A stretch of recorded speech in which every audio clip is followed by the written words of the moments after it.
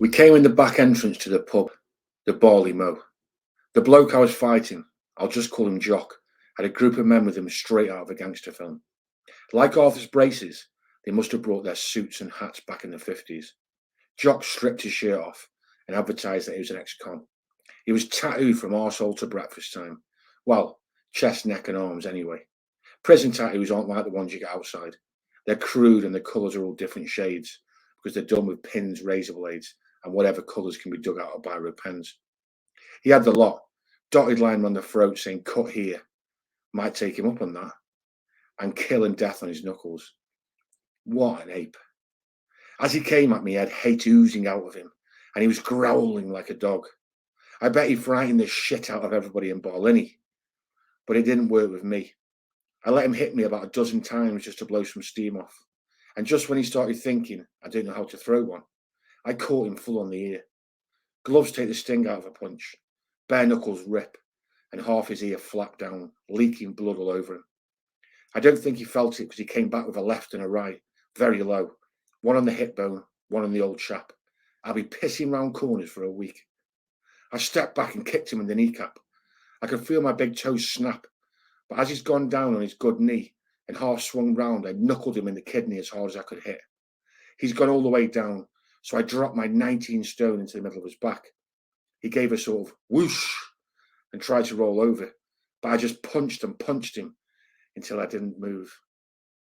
As I stood up, his legs twitched, so I started kicking him in the ribs and the face. Someone grabbed my arm and I downed whoever it was with the other one. Then about half a dozen people waved me down, dragged me over to the wall, and Richie, I think it was, slung a glass of water in my face. I came out of it and it was like waking up. My arms and legs think they're still fighting, but those blokes had got a tight grip on me.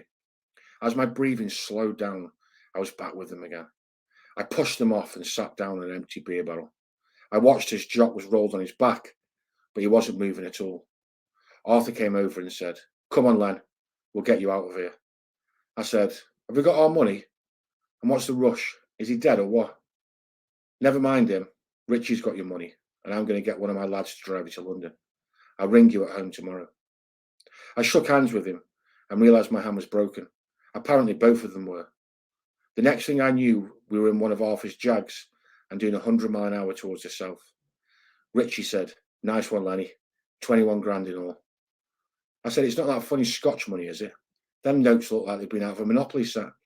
He laughed, knowing I like to wind him up. "I don't know why it bothers you. They spend just the same. But in case you're worried, they're mostly Sassenach 50s. He flung me a couple of pills and I swallowed them down. The last thing I remember is him saying, "Forget this one.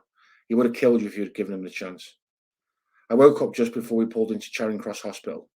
They did my hands up and we were out in an hour. I never mentioned my toe. I couldn't be bothered wasting any more time. I just wanted to get home. Let it mend on its own. I was tucked up with my Val by 7 o'clock that morning. Good result, but nice to be home. Arthur rung me up later that day, and the first thing I wanted to know was how that Jock was doing. I don't usually give a second thought about fighters. I've done the business on, but this time I had a funny feeling. "What's up with you, son?" Arthur said. "Did you think you killed him?"